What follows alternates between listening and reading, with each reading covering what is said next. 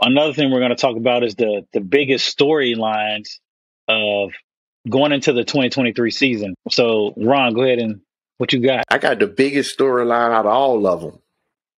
Deion Sanders going to Colorado. All right, so Deion, as we all know, right, Hall of Fame cornerback, probably the best cornerback to ever play in the National Football League, decided to become a head coach, took an FCS job at a SWAC school at Jackson State. While he was there, he was 27-6. They were 8-0 in conference. He won the Eddie Robertson Award as an FCS Coach of the Year. So he decides to take his talents to Colorado. And while he's heading to Colorado, he's bringing his son with him, Deion Sanders, who's a top-tier quarterback. He's bringing Travis Hunter, who was the top recruit in the nation in the class of 2022. And he's also bringing a lot of his other former players. So he has a big turnaround, though. It's not going to be easy. When you look at Colorado last year, their scoring offense was ranked 127th. They only averaged 15 points per game. Their total offense was 128th. They only averaged 281 yards a game. Their scoring D was dead last out of 131 teams. They gave up 44 points per game. In their total defense, they were 130th, giving up 509 yards a game. And to put that in context, you got to look at Air Force, who was the number one defense. They only gave up 245 yards a game. So that's just how bad that Colorado defense was. And then to top it off, they only had 9 sacks on the year. Their leading passer had a 44% completion rate. Their leading rusher only had 393 yards. So he's coming into a dumpster fire. I know that he has bringing in his own. So he has 26 transfers coming in. All eyes are going to be on Deion this season. Do I think he's going to have a great season this year? No, I do not. His schedule is tough. He has TCU the first game of the season. Then he has a Nebraska game. He has Nebraska. And then a solid Pac-12 schedule where there's some tough teams in that schedule. But I think this is going to be the beginning of bringing Colorado back to championship contention. I agree. I was heading in that same direction as the biggest storyline. And you hit on one point. He hit the ground running, right? He got rid of players that were already there. You said he bringing in 27 transfers. And he went and got some dogs, too. It's not like some players. You got players that decided to leave, giving up starting positions to go play for this guy. And he's also winning on the recruiting trail for the class of 2024 already. Just, I think last night, he signed a 4-star athlete out of Louisiana who was a heavy lean to LSU. And, Colorado, Deion came through with that swagger that he got and flipped him. So, but, what you just said, AB, is perfect. And, a lot of people was upset that he was able to bag Kamani McLean, number one cornerback in this class. And, they was asking, I was looking at a clip and they was asking Deion, what is he telling recruits? And he's selling them what Alabama sells them, what Georgia sells them is, hey, I'm not promising you playing time, but I'm promising you if you come here, you do all the right things, I can help you get to the NFL.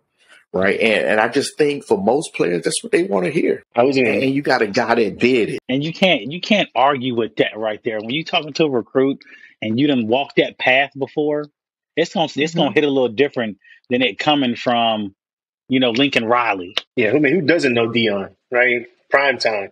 Like if you're a fan of football, he's like the Jordan of football, right? Everybody knows who Deion Sanders is in the football world.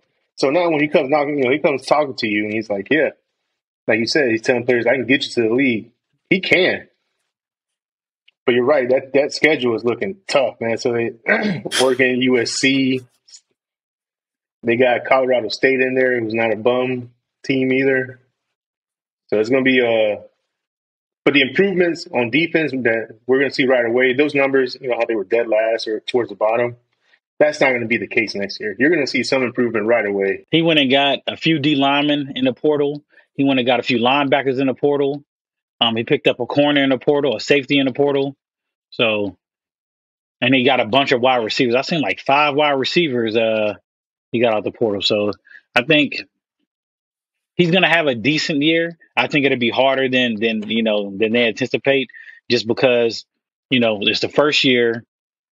They got to take time to gel, right? So now, if they do, what if they prove us wrong and they go out there and they play for they win the Pac-12 South, and next thing you know, they playing for the Pac-12 championship.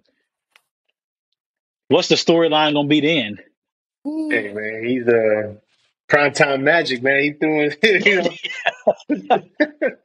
throwing something in the Yeah, sauce out there, man, because that would be the biggest turnaround in history, really. I think you know what I'm saying. Like, yeah, they went because 1-8 last year.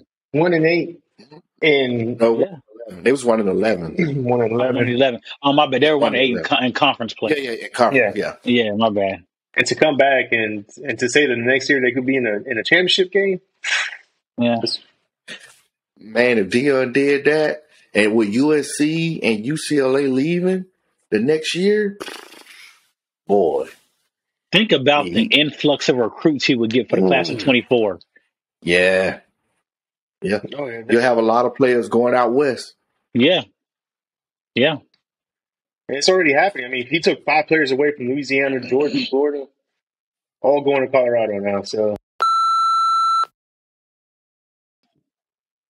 it's not as prime time, right? But this is going to be the last year that we're going to see college football as we know it. Because starting next year, we're looking at USC, UCLA coming over to the Big Ten, and then the following year, next year you're going to see also Texas, Oklahoma.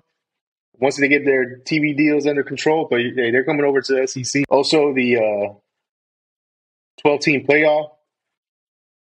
That's going to, a couple years ago, we had that UCF team that they were self-proclaimed national champions, right? Because they were undefeated. They beat Auburn that year too. So we're gonna get teams like that coming in and competing for the for the championship. So it's end of an era, right? End of a college football era and the beginning of a new one. I think it's just an improvement on the game. Don't My only thing is like having 2. So it looks like we're going to like 3 super conferences, and with SEC, the Big Ten, and whichever other conference starts bringing teams in.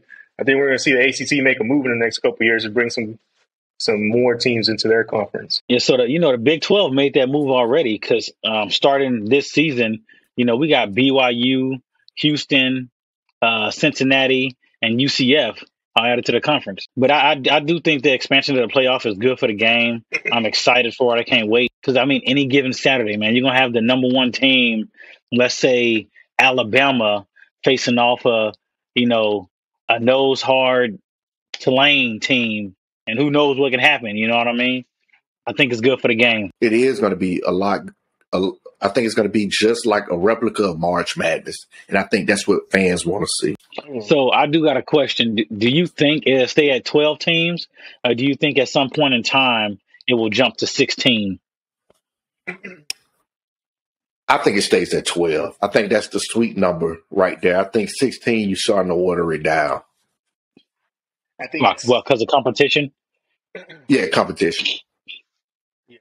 Because we know this as fans, right? There is a big difference between the top 6, and then when you start looking at like number 8 and down, those are huge leaps in talent and coaching and everything like that. We've seen a year and year where, let's say Notre Dame, right? Because Notre Dame is Notre Dame, and they come in, they have that independent schedule, and they come in here and they get slaughtered in the championship games. And it's lovely to see every year. But it gives every fan base to think they have a chance, right? Instead of computers deciding, or instead of a committee deciding, right? It's going to be all decided on the field now. But did they decide who's going to get those at-large bids?